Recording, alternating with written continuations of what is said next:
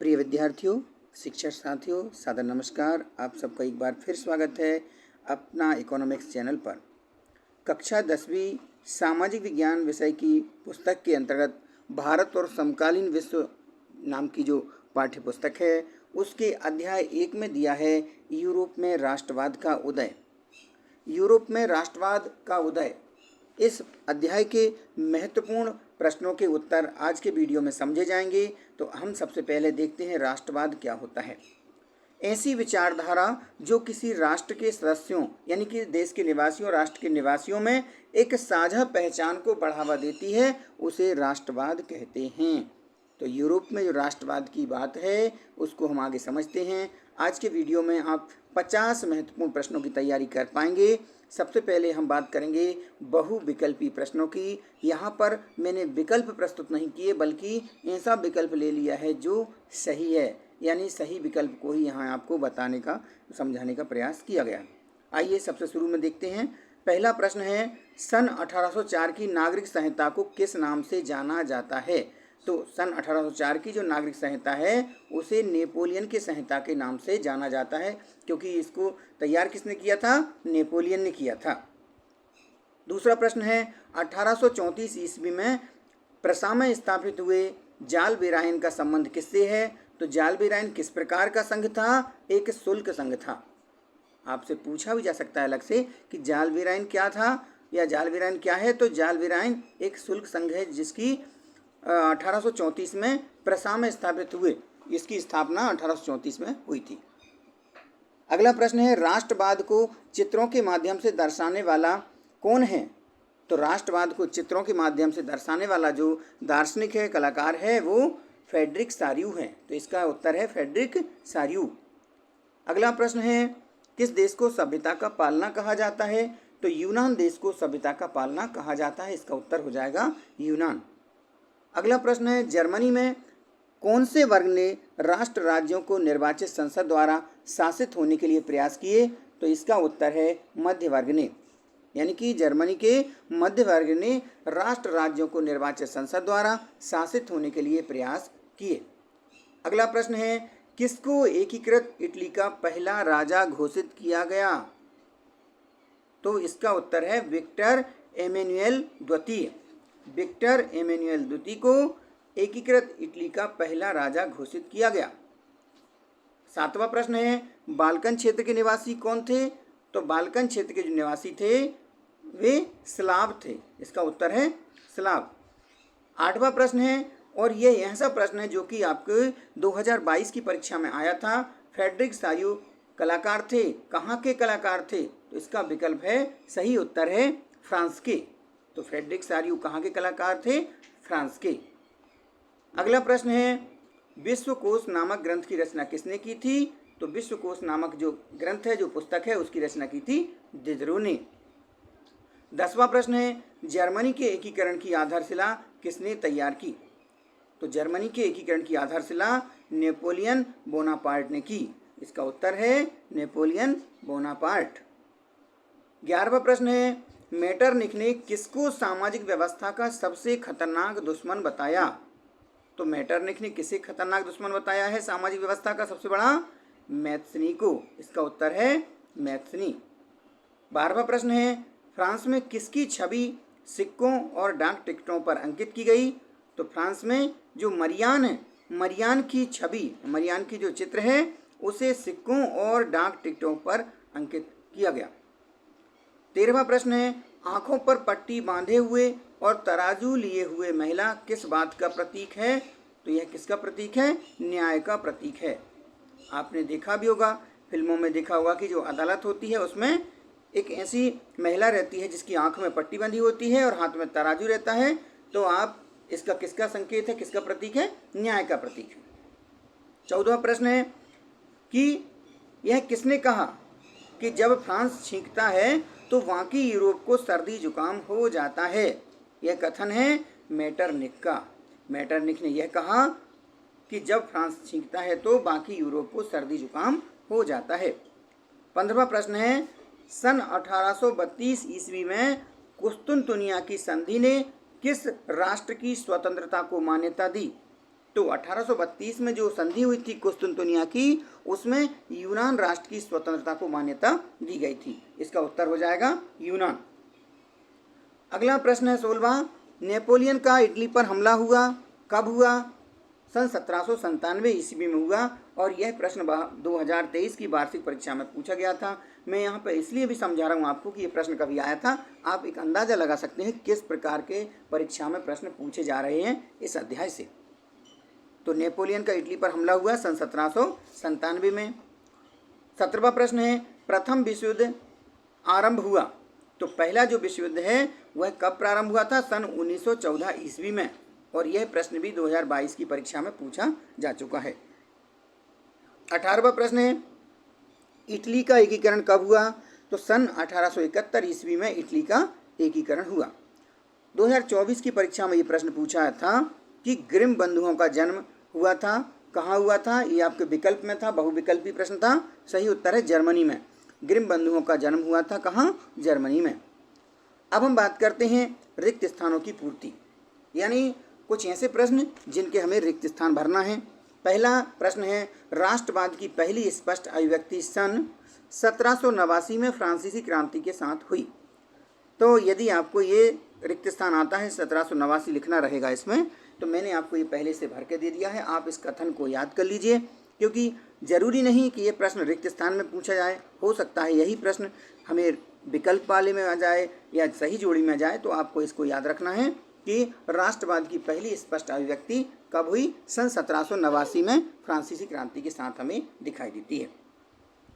अगला प्रश्न दूसरा है कि फ्रांसीसी कलाकार फ्रेडरिक सारियो ने 4 चित्रों की एक श्रृंखला बनाई। तो यहाँ पर 2022 में जो प्रश्न पूछा गया था उसमें आपको ये लिखना था कि 4 लिखना था इस रिक्त स्थान में। इस प्रकार से ये हमारा रिक्त स्थान भरा हुआ है कि फ्रेडरिक सारियो जो फ्रांसीसी कलाकार थे, इन्होंने कितने चित्रों की श्रृंखला बनाई थी? 4 चित्रों की श्रृंखला बनाई थी। तीसरा प्रश्न है, 1834 में प्रसा की पहल पर एक जालवेरायन रिक्त स्थान स्थापित किया गया। तो जालवेरायन के बाद क्या आएगा? शुल्क संघ। जालवेरायन हमने अभी प्रश्न भी देखा था। जालवेरायन क्या है? एक शुल्क संघ है और ये 1834 में प्रसा की पहल पर एक संघ स्थापित हुआ था, जो कि क्या नाम उसका? जालवेरायन।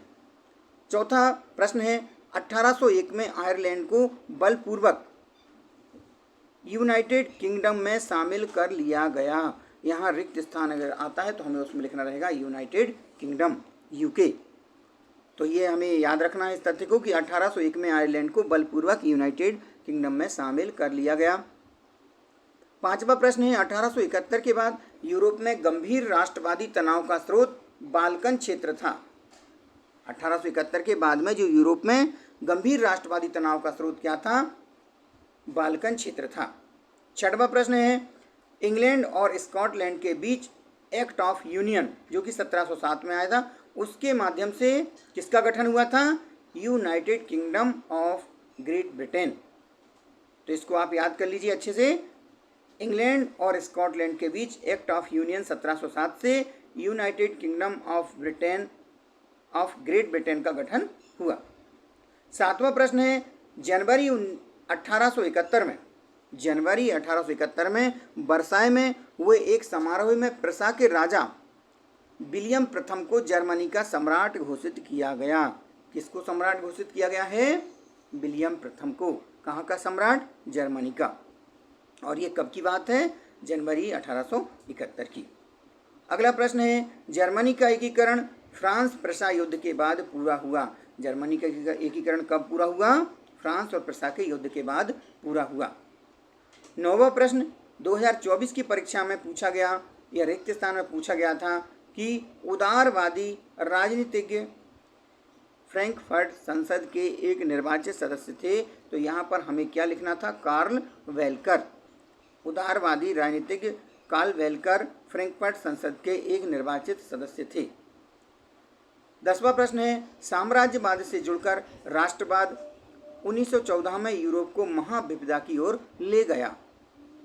क्या हुआ था 1914 में? प्रथम विश्व युद्ध प्रारंभ हुआ था।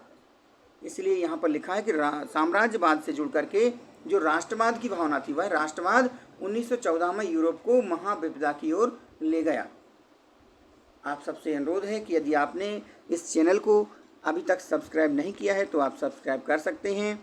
वीडियो अच्छा लगे तो लाइक करें। आगे हम सत्य सत्य को देखते हैं। पहला सत्य सत्य का प्रश्न है, 1805 में फ्रांस की क्रांति हुई थी। हमें बताना यह कथन असत्य है। असत्य क्यों है? क्योंकि फ्रांस की क्रांति कब हुई थी? सन 1789 में। तो मैं आपसे यहाँ कहना चाहूँगा, आप 1789 याद कर लीजिए कि फ्रांस की क्रांति कब हुई थी? 1789 में। अब 1789 के अलावा जो दूसरा कोई सन लिखा आएगा तो आपको उसको क्या करना है? असत्य कर देना है।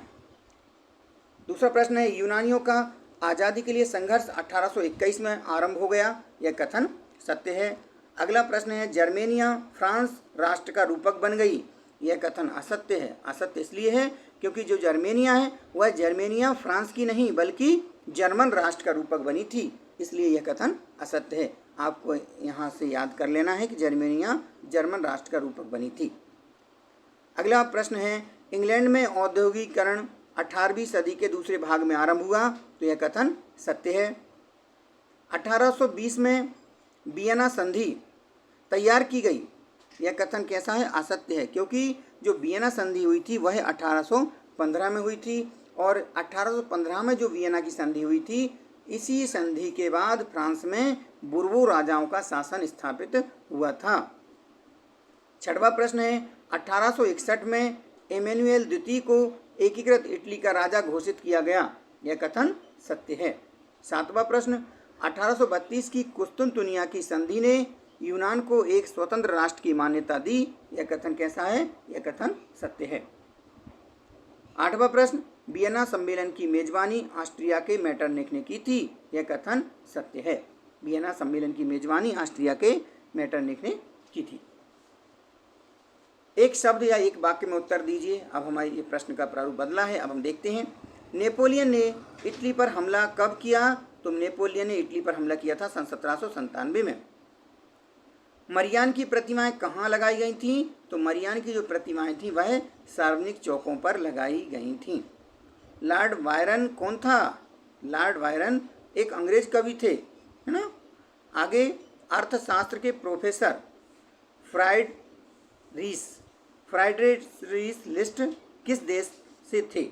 अर्थशास्त्र के जो प्रोफेसर हैं फ्राइडरिच लिस्ट किस देश के थे? तो वह जर्मनी के थे। अगला प्रश्न, नेपोलियन के प्रशासनिक कदमों से अनगिनत छोटे प्रदेशों से कितने राज्यों का एक महासंघ बना? नेपोलियन के प्रशासनिक कदमों ने यानी नेपोलियन के प्रयास से जो छोटे छोटे कई प्रदेश थे उसमें से कितने राज्यों का एक महासंघ बना था? सही उत्तर है 39 राज्यों का। 39 राज्यों का एक महासंघ बना था। अगला प्रश्न है, 18 मई 1848 को फ्रैंकफर्ट संसद कहाँ आयोजित हुई थी? तो यह हुई थी सेंट पॉल चर्च में। 18 मई 1848 को फ्रैंकफर्ट संसद सेंट पॉल चर्च में आयोजित हुई थी। जब फ्रांस छींकता है तो बाकी यूरोप को सर्दी जुकाम हो जाता है।